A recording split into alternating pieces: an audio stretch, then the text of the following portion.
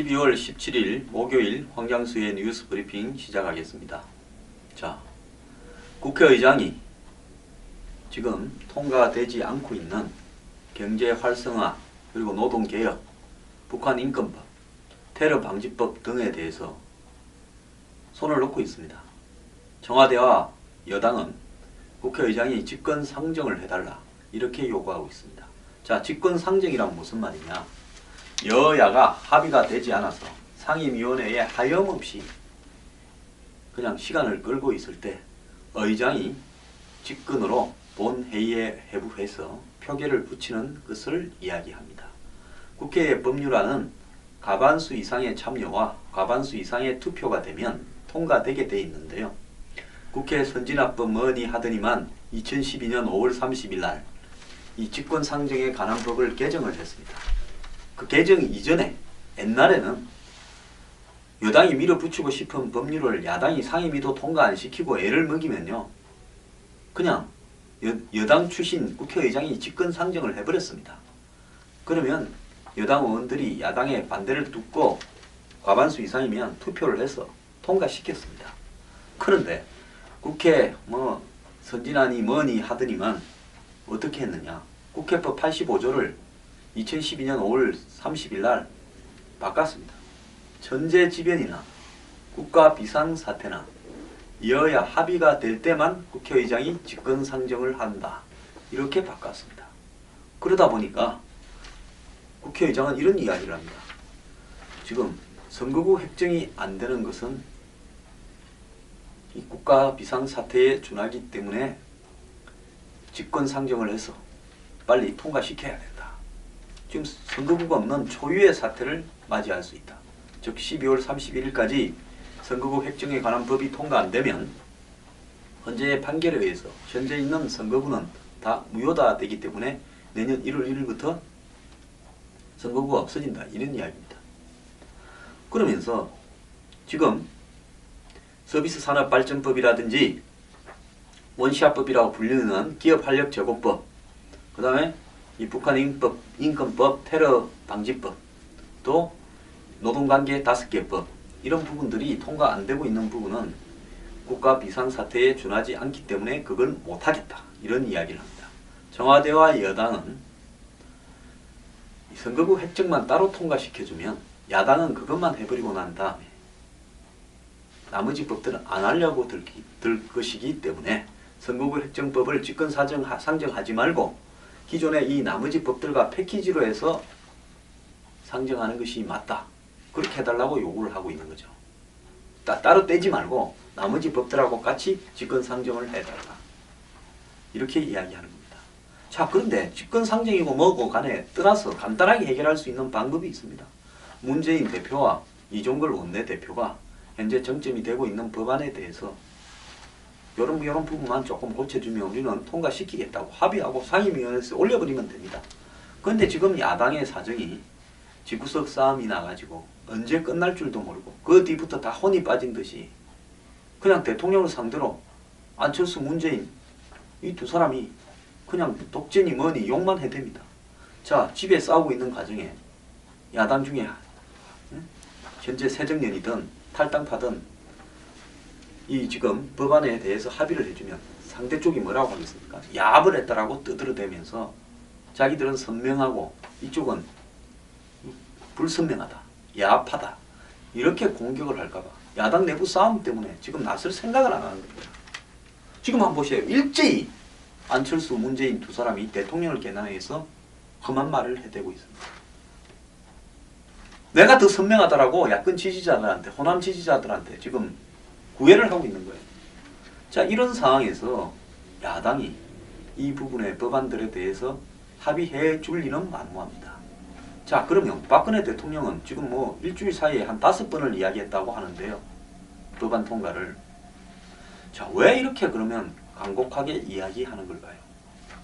올 초에 모든 언론들이 다 그렇게 했습니다. 박근혜 대통령이 추구하고 있는 4대 개혁과제, 공공금융, 이 노동교육 관련되는 뒷받침하는 입법이 법 개정이 올 연말까지 2015년 12월 31일까지 마무리되지 않으면 실제로 내년부터는 박근혜 대통령이 거의 레임덕을 맡게 될 거다. 내년 총선만 끝나면 정치권은 전부 대권 분위기로 흘러갈 거다. 그렇게 되면 어떠한 개혁 드라이브를 할 수 있는 동력도 남아있지 않을 것이고 야당도 아예 보이콧하는 형태로 가게 될 가능성이 크다. 그래서 하려 하면 대통령이 그나마 전국 주도력을 가지고 있는 2015년 임기 3년차 말까지 이걸 통과시켜야 된다. 이런 이야기를 다 보도했습니다. 뭐 다 공감했어요.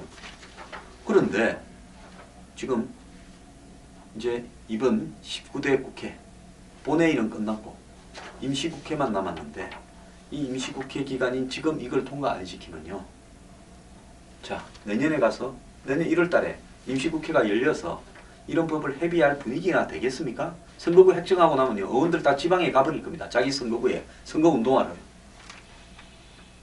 그리고 완전 총선판으로 가서 야당은 또 청와대와 대통령과 여당을 상대로 공격만 해댈 건데 그때 합의가 되겠습니까? 총선 분위기에 접어들기 전에 일찌감치 했어야죠.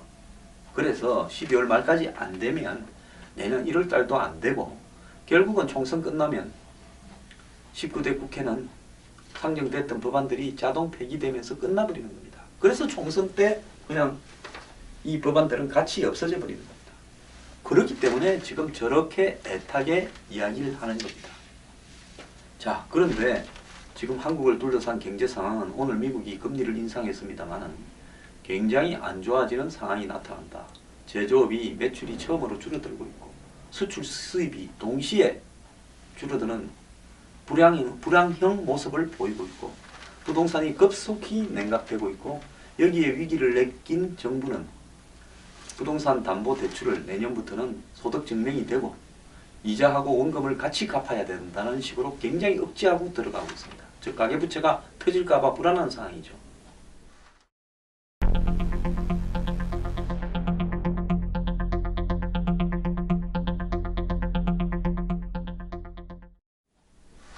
자, 여기에 이 실업은 점점 강화되고 기업의 3분의 1은 좀비화 되어가고 있고 그래서 기업도 구조조정을 해야 되는데 이 구조조정을 하려면 기업활력제고법이 이 기업 구조조정에서 없어지는 회사를 인수를 해줘야 될 거 아닙니까? 그러면 구조조정을 하면 그 회사에 있는 사람들 다 실업자 되잖아요. 자, 그리고 노동관계 법안들을 빨리 통과시켜서 이 법안에 일부 문제가 있을 수 있습니다. 저도 조금은 문제가 있다고 봅니다. 하지만은 지금 노동개혁을 위기가 오기 전에 지금 하지 않으면 임금피크제를 도입하고 그 다음에 5, 60대에 이 퇴직에 임박한 사람의 월급을 깎고 그리고 젊은 사람들을 고용하고 그리고 비정규직을 좀 더 안정적으로 만들고 이런 부분을 지금 안 하면 위기가 오고 난 뒤에 어떻게 할 겁니까? 위기를 더 세게 맞을 수도 있죠. 자, 이런 부분들 때문에 경제 위기를 앞두고 이 문제를 통과시켜야 된다. 이렇게 지금 애타게 이야기를 하는 겁니다. 그런데 정의화 국회의장은 선거구 획정이 안 되고 있는 부분은 국가 비상사태에 준하다고 이야기를 하고 그 다음 경제 문제는 비상사태가 아니다라고 이야기를 합니다. 언론들이 무슨 헌법 전문가 뭐 이런저런 전문가들을 동원해가지고 현재의 경제 문제를 가지고 이렇게 비상사태에 준하는 식으로 해석해서 집권 상정을 해라고 이야기하는 것은 옳지 않다. 이런 식으로 자구 해석에 매달립니다. 자, 언제 비상사태가 나 다음 달에 가요, 내년 4월 달에 가요, 내년 5월 달에 가요 하고 통보하고 옵니까? IMF가 통보하고 왔습니까? 2008년 금융위기가 통보하고 왔습니까? 순식간에 손도 쓸 수 없이 쓰나미같이 몰려왔습니다. 자, 국민들은 경제가 다 바닥이고 엉망이라고 이야기를 합니다. 정부도 좀 잘못한 게 있습니다. 경제 어렵다고 처음부터 솔직히 시인을 하지.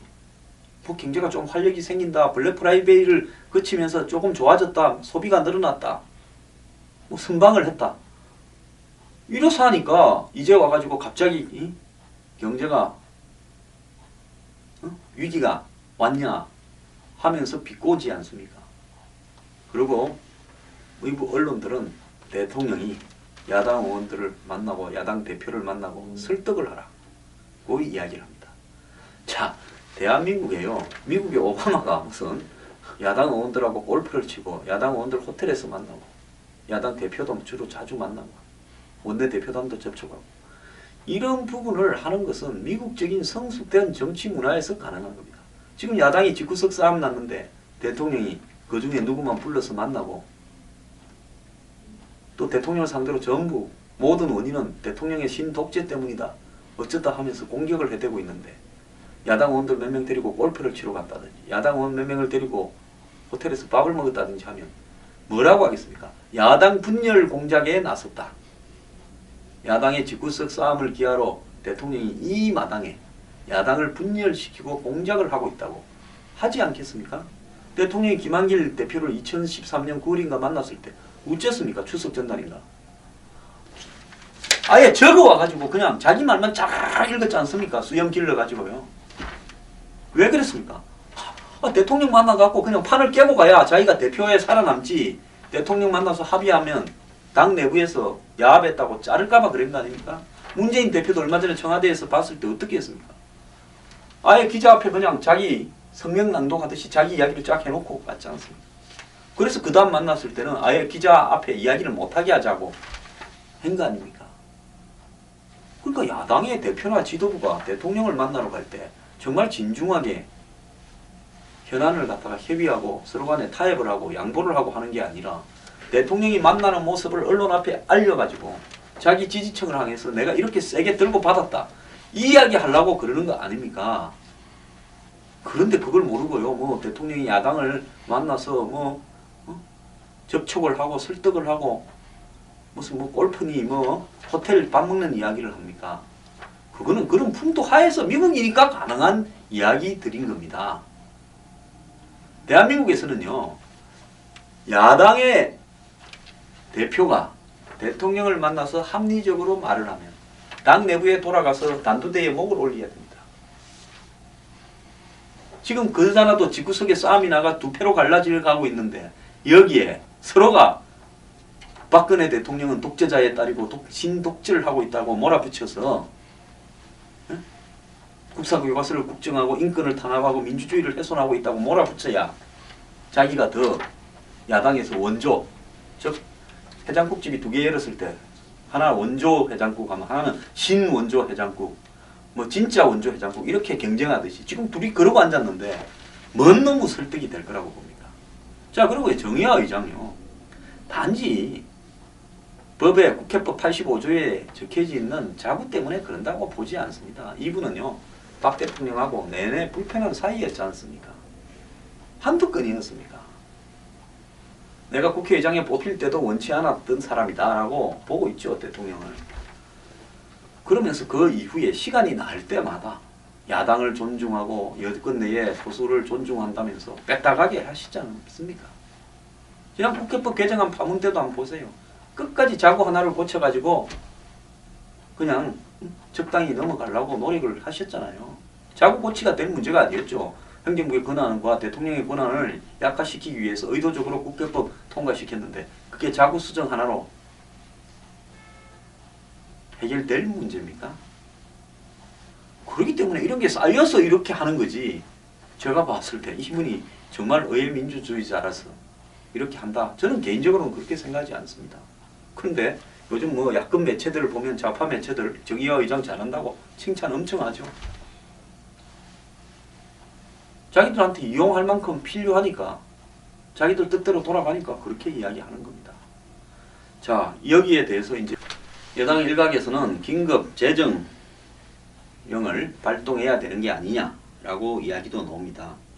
즉 긴급 재정명령은 헌법상 대통령의 권한으로 대통령이 국회 소집을 기다릴 여유가 없다고 판단할 경우 발동하는 비상조치입니다. 자, 인재원도 비슷한 이야기를 했는데요.